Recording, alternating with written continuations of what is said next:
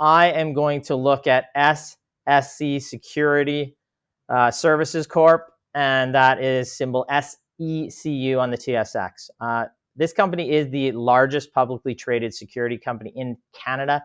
It is debt-free, cash-rich. They have about 3,000 employees across the country. The company provides physical security, so that would be 85 to 90% of the business.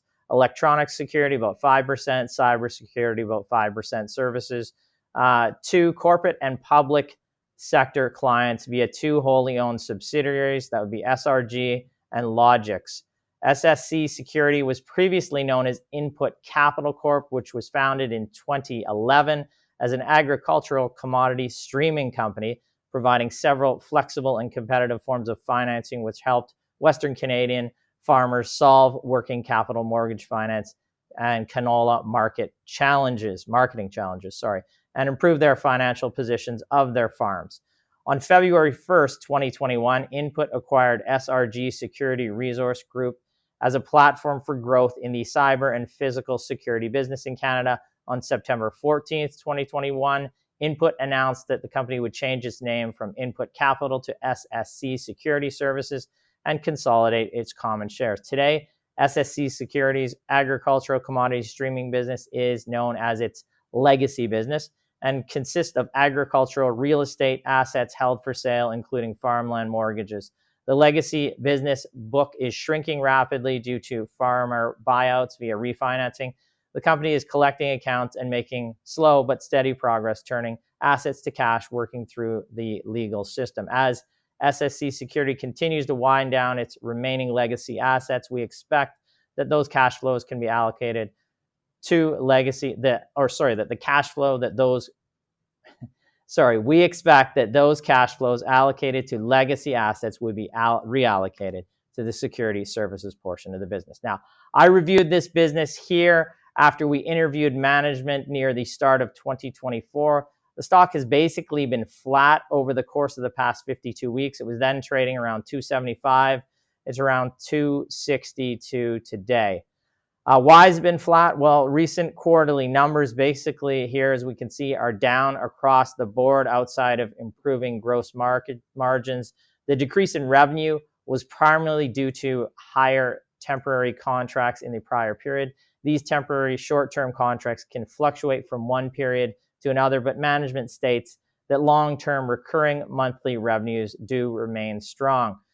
Gross profit increased to about $5 million. That would be 17.1% of revenue from 4.9 or 15.7% of revenue during the same quarter last year. The year-over-year increase in gross margin is a result of the company's continued focus on higher operational efficiencies and cost savings initiatives. The loss for the quarter was about $100,000 or about 1 cent per share, compared to a comprehensive net income in the same period last year of about $100,000, just about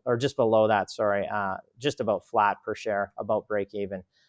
Now, the growth plans of the security business here. Well, the security business is a highly fragmented industry in Canada. According to StatsCan, there are over 2,700 companies providing some kind of physical security services in Canada. Many of these are small owner-operated businesses with a tier of mid-sized and larger companies as well. There's an opportunity here to use the company's balance sheet to grow into a solid, well-capitalized, profitable, and growing security platform. The strategy is to deploy the company's cash balance through its balance sheet in a growth via acquisition and organic growth opportunities in the physical and cybersecurity industries, along with adjacent verticals. The target here, and this was from management, is about 200 to 300 million in annual revenues over the next 2 to 4 years. This is from our interview with management this time last year. 1 year has passed, and the revenues in the latest period are slightly lower. So the company appears to have not really made a dent in that target. Of course, a meaningful acquisition can change that. So what do we like about this company? It has a strong net cash balance sheet. As at Q1 fiscal 2025, cash and cash equivalents were about 11.4 million. That equates to about 62 cents per share, and there's no debt. Working capital is about 26.3 million, and again, there is no long-term debt.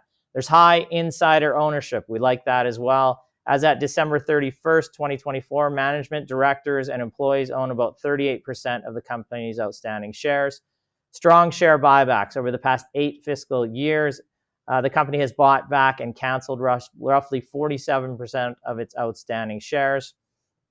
Management currently believes that the company's shares are trading in a price range which does not adequately reflect their value, and that the purchase of additional shares under their NCIB will enhance shareholder value in general. So what we don't like about the business now, low margin business. Q1 fiscal year 2025 adjusted EBITDA margin was a scant 4.01%. Management has stated the business should progress to about 5% EBITDA margin range near term, and it has potential to move slightly higher over the long term. What else we don't like is the lack of organic growth in the business, or any growth in recent quarters. No inorganic or organic growth. And inorganic would be coming from acquisitions. There hasn't been a significant acquisition in quite some time. So let's look at the revenues for this company. Revenues decreased about 5.5% to $29.1 million in the latest period. That was down from $30.9 million. In the absence of acquisitions, growth appears to be challenged. Let's look at the valuations here.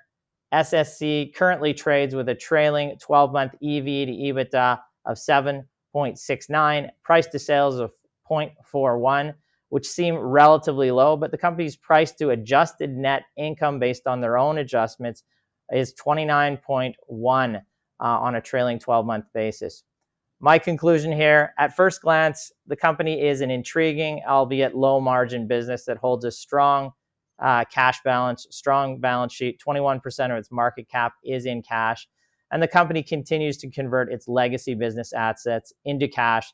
The company's cash balance should help SSC make further potential accretive acquisitions. However, the lack of organic growth near term and the margin profile are significant concerns. As I stated, the company's Q3 fiscal year 2025 adjusted EBITDA margin was around 4%. Management has stated they'd like to get that to 5% in the near term, and has the potential to move higher than that slightly. But that is a very low margin, and it is something that we're not opposed to investing in high quality, lower margin businesses if they check off a number of the boxes that we're looking for, say no debt, cash rich, low valuations, and appear to have above average growth. So SSC checks off some of those boxes, but we do not see in the company's trailing 12-month valuations overtly low valuations, and its PE remains elevated. The current margin profile, again, is just too low. Combine that with a lack of organic or acquisition growth, and the stock is not investable for us in the near term. If we saw an improved margin profile, cash accumulation, organic growth, pickup, an element we like to see in our GARP model, then we might look at the company. But the lack of execution in terms of acquisitions and organic growth over the past year leaves this company just as a company we would monitor right now. Yeah. And that is that. And one thing, I mean, when we're looking at these businesses, when Ryan talks about organic growth, that's really a sign of the health and the opportunity just in the existing business. A lot of times companies that are focused on acquisitions will kind of cover up some weaknesses in their own existing operations by just adding new assets on.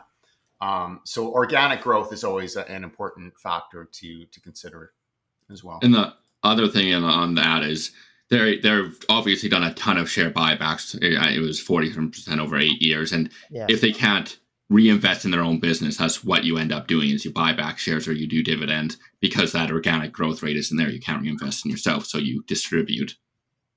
Yeah. I mean, there are parts of what they're doing that seem very interesting, but again, that margin profile, we think low margin is 10 and under, and this is like less than half of that. So yeah, it is quite razor thin in terms of margins, but interesting. All right, let's move on. Can I touch on it? Yeah. Oh, you want to talk? Yeah, I just wanted to touch on it a little bit. I don't know. How dare you? But yeah, so we looked at SSC at the same time that we were looking at Avante Corp, or it used to be called Avante Logix, but they sold Logix Security to SSC. And, yes. you know, like we were looking at both of the companies at the time. And the thought was with Avante Corp, you know, now that they've sold off this lower margin side of the business that had gross margins of, I believe, about 20%, where the rest of their business had about 40% gross margins, we would see margins uptick, you know, generally. And I'll just share my screen here, just looking at, again, this is Avante Corp's financials here quarterly. We have seen some good growth. But the company's still, you know, struggling to, you know, produce net income. And like, even if we just look at like the first 2 quarters of the first half of the year here, you know, I've calculated adjusted EBITDA margin, again, 4.4%. We had spoke with management. They were looking at, you know, potentially, you know, targeting a little bit longer term net income margins of 15%. But, you know, we're really not seeing that you know, take place here. But again, you know, companies obviously we're continuing to monitor.